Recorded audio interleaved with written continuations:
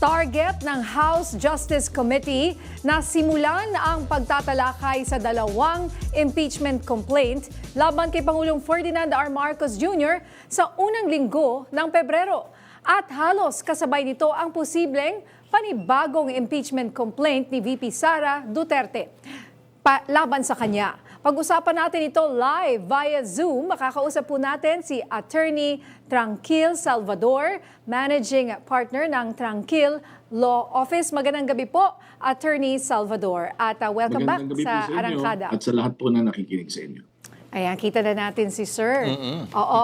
Attorney Salvador, tingin niyo po ba itong ginawa ni Congressman Sandro Marcos na mag-inhibit sa posibleng pagtatalakay sa impeachment case sa kanyang ama? Ano po ang masasabi niyo dito sa kanyang ginawa? Well, I think maganda yung ginawa niyang yun. Kasi po, ordinarily, syempre sa atin dito sa Pilipinas, which is also recognized in our courts, na pag may relationships tayo, even in courts, you will have to recuse, or tawag dyan is to inhibit yourself. So yung action na yon sends a very positive signal to the public. Although alam naman natin that he remains to be a congressman, and we know of course that the possible influence that they have, kasi anak ng Pangulo yan, but he's inhibiting himself, as we may also call, or recuse himself. Ano yun? Magandang signal yon para sa publiko, para makita na, okay, we will allow the process to move, na hindi namin pakikilam.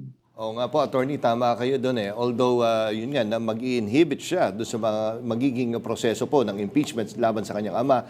Pero hindi mo maaalis talaga yung mga questions. Of course, marami pa rin skeptics dyan eh. Sasabihin, hindi, nandiyan pa rin yung shadow no, or yung power nila. Paano ho natin, may way pa ba para maalis yung mga agam-agam na ganun or hindi? Alam mo, maganda yung sinabi mo, yung agam-agam, laging may agam-agam. I think naintindihan niyo yan, nakita niyo yan over time, hindi lamang sa kanilang administrasyon, na meron talagang skeptics o may mga pagdududa, agam-agam. But at the end of the day, alam niyo, ang lahat ng ito ay mapagtitibay lamang o mapapatunayan na tama ba o mali after some time. Kasi po yung actions niya, yung pananalita niya, that will be a reflection, and it will be the public that will perceive it. Ang publiko po tayo, ang titingin kung talaga bang yan ba ay palabas lamang o sabi lamang, o yan talaga ay totoo at gusto silang patunayan that they will try as much as possible to distance themselves, to distance si Congressman Marcos to distance himself, and ipakita talaga sa publiko that they will allow the process to continue po. At sa puntong ito po ba, attorney, pwede pa bang maghabol ng isa pang impeachment complaint laban sa Pangulo? Yes. Again, maganda yung tanong na yon. Sinagot na rin ng ibang congressman, pero ayaan nyo pong sagutin ko to ayon doon sa jurisprudence. Sinagot na po ng Korte Suprema yan na ang sa Francisco case na ang initiation po ay ang initiation ng proceedings ay nagsimula na pag refer na po sa Justice Committee. So kung susundin po natin ang desisyon ng Korte Suprema, doon sa kasong iyon, ay wala na po pwedeng humabol pa. So, kasi nai-refer na. Nai-refer na yung first yun ang critical, hindi po yung pagpa-file. Ang critical po ay nailagay sa order of business at nai-refer na within 3 days from the time na ikinalendar po yan sa order of business ng House of Representatives, ay hindi na po pwede maghabol dyan. So itong dalawa na lang po yung nakapasok. Itong yung third actually itong third na impeachment complaint talagang hindi na talaga na umabot or tumanggap. May sinasabi pa nga na dapat ay willing daw. Sabi ni dating Congressman na Mike Defensor ay pwedeng mag-witness si dating Congressman Zaldico via Zoom. Pero kung nagkataon ho ba na tinanggap yan, pwede po ba yun na via Zoom isang witness? Again, alam niyo, napaka-interesting na mga tanong niyo kasi talagang very real yan eh. Ang tanong, pwede ba ang online testimony? Hayaan yung bigyan ko kayo ng a little bit of background kung paano yung ginagawa sa hukuman. Nung araw, naalala nyo nung katindihan ng COVID, di ba? Naglabas po ang ating Korte Suprema ng mga rules pagdating sa video conferencing. So ano may dapat gawin kung sakasakaling hindi makararating ang testigo. But again, we have to understand po na itong proseso ito ay hindi proseso sa hukuman. So kung hindi ko po alam kung maglalabas sila ng rules pagdating po riyan. O ang gusto po nila ay face-to-face. Ganun po yun. Kasi po yan, maaari, let's try to paint a picture. Ano po? Let us say, online. Kung papayag sila, assuming papayag sila, isusumpa po yan.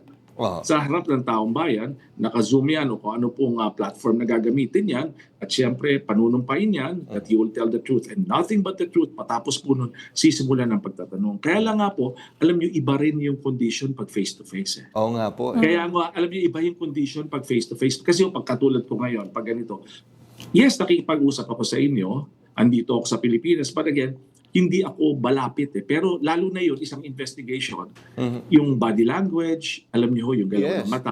Opo. Di ba? Yeah, yung mata nga Hindi mo, yes, yung galaw ng daliri, yung galaw ng katawan, hindi mo masyadong makikita. Tsaka yun nga, attorney, hindi mo makikita kung may tao ba sa harap niya na posibleng may mga cue cards at kino-coach siya. Pwede Alam po mo yun, yung mga diba? tanong mo, para kang nag-appear sa court. Ay, hindi na po na. May concern naisip ko lang yan. po. Alam mo ba nung nilabas yan? Yun ang sinasabi kasi pwede raw maglagay ng mga, baka raw maglagay yung mga abogado nila ng mga papel doon sa mga pader. Alam mo yun? Pwede yun. Tapos may cue cards, tapos baka merong nandun na tao nakatabi, na bumubulong-bulong, na hindi naman naririnig natin. Alam mo yung ganon? Yes. Those are real, alam mo yung concerns, yung are real concerns Opo, na ina-address kung sa hukuman yan. At sa panahon ng AI, pwede rin AI. Totoo. For all we realistic, know, I mean, hindi lahat pala siya in-entertain yun. natin, di ba? I mean, ang galing ngayon ng, ng technology. Exactly. But looking at it sa flip side niyan, alam niyo maaring in a few years or probably a decade or so, magiging reality na sa atin yan. And we should find ways siguro, magkakaroon na rin po ngayon na may technology para mag-testify online. Magkakaroon ng technology na rin na makita yung paligid. Alam mo yun? Para makita. Ewan ko if they will have a technology na magkakaroon siya ng camera na doon sa paligid. 360. Oo, yung 360. Diba? Di ba? Para, tama mo yun. para sure. And I would think na mangyari yan in the coming years. Or baka pwede- Hindi lang Baka pwede, attorney, magpadala ng, kumbaga, representative ng na magmo-monitor kung everything is in order, kung nasan man siya.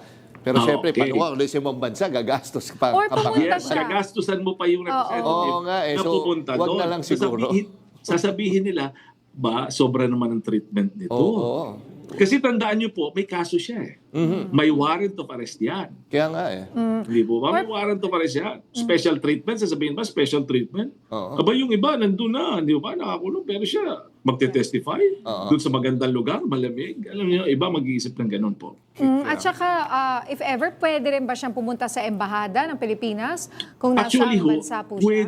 pwede Yun ang lahat pwede. ng sinasabi ninyo Kung talagang papayag ang Kongreso, ang House of Representatives.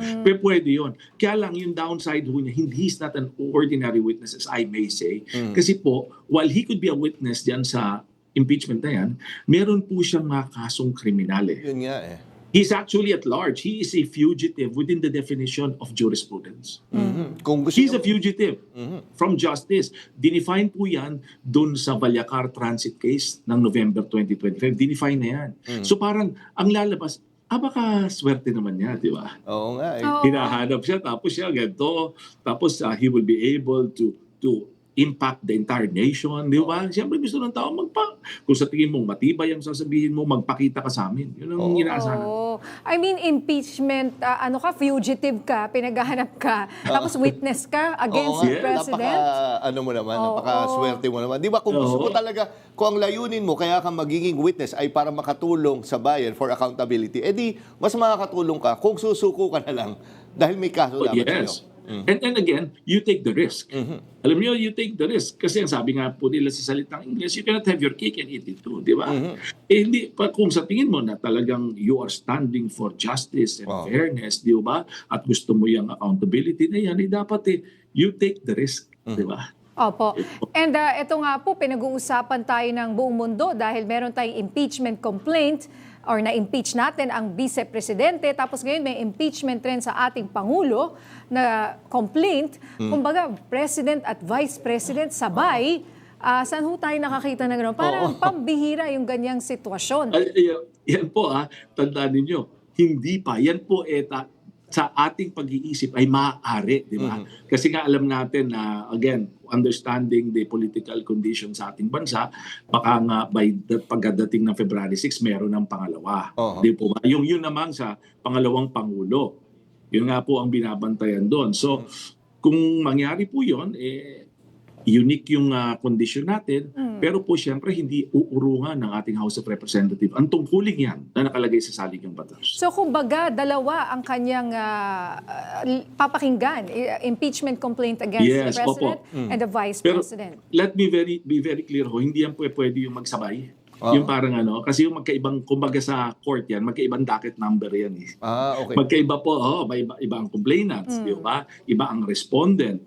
Iba rin yung mga ebidensya. Kasi yung pag pinagsama natin yan sa isang hearing yung dalawa, abay magsisirkus yan. Ako, yan ang pananaw kong personal, di ba? Kasi magkakaiba, maglalahok-lahok yan eh. So dapat yan, for orderly proceedings, magkakaroon tayo ng impeachment case number 1 for public officer A, impeachment case number 2, tapos magsischedule rin sila ng mga hearings nila and presentation of evidence. Ano po? And Attorney Salvador, ganito, kung sakali lang, next week, biglang naglabas ng resolution ang Supreme Court sa motion for reconsideration na pumabor na ihugutin na mula sa archive yung naunang impeachment complaint, anong mangyayari po? Paano mangyayari doon sa mga panibago na... Alam mo, ganito ho yun. Ang aking dito, tingin, kaya ho hindi umubra kasi sinabi nila, kaya hindi umubra, may pang-apat naalala nyo. Yun yung nakuha nila yung 1/3, naalala nyo, yung boto, yung 200 plus. Kaya hindi umubra yun. Kaya hindi na itulak yun. Actually, na-forward na yun eh. Hindi lang hinir. Dahil po dun sa tatlo, sa ruling ng Supreme Court. Ngayon, dahil nga mapaglaro ang ating isipan, sabihin natin, paano nga kung kayang i-reverse ng Supreme Court ng kanyang sarili? Ito po, napag-usapan lang, At sinabing ganun, abay, yung ika-apat ho yun. Didiretso. Kasi ho yun na pagbotohan eh. And the trial will proceed forthwith. Iba naman yun. Nakita nyo? Iba yun. So, mangyayari doon, baka mauna pa yun. Kasi ho yung House, yung sa Pangulo ngayon, dadaan pa ho yan sa committee. Mag-hearing sa committee, sa House lang ho lahat yan. Hindi abot sa Senado yun. Aabot po yan sa Senado matapos nila magawa ng report, kasi magagawa sila ng report after their hearings at their committee level. Tapos po may resolution sila. Kung sabi nila mag-file ng articles of impeachment, yun ang kasama sa report, pagbubutuhan ho yun. Sa House of Representatives. Matapos ng 60 days from referral, pagbubutuhan po nila yun kung talagang sang-ayon sila sa committee na i-file sa Senado or sinabi ng committee na i-dismiss, sumasang-ayon sila. Pwede rin i-override ng House, ng kabuuan ng House, kung anong desisyon ng Committee on Justice. So yan, ipinaint po ninyong picture na yan, yung piniliwanag nyo, kung sakaling ganyan. Imagine niyo yun, yung sa presidente ay nandito sa House. Yang pag yan na-reverse. Baka mauna pa yung trial dun sa Senado nung bise. Ganun ho yun. Ito ay for academic discussions lang. Okay. Ayan, talagang very interesting po ang mga nangyayari. Pero ang galing niyo sigurong law professor, attorney Tranquil Salvador. Di siguro tingin ko magaling nga siya. Magaling lang siya. Pero imagine, kahit ako hindi paliwanag. law student, marami po akong natutunan Yes. at naintindihan ko mabuti ang Actually, inyong tuwa kami ni Nina. explanation. Last week na nakausap po namin kayo. Again, maraming salamat po, Attorney Salvador, Sige po. sa oras na binigay nyo at malinaw na pagpapaliwanag. Magandang gabi po at ingat po kayo. Magandang gabi po sila.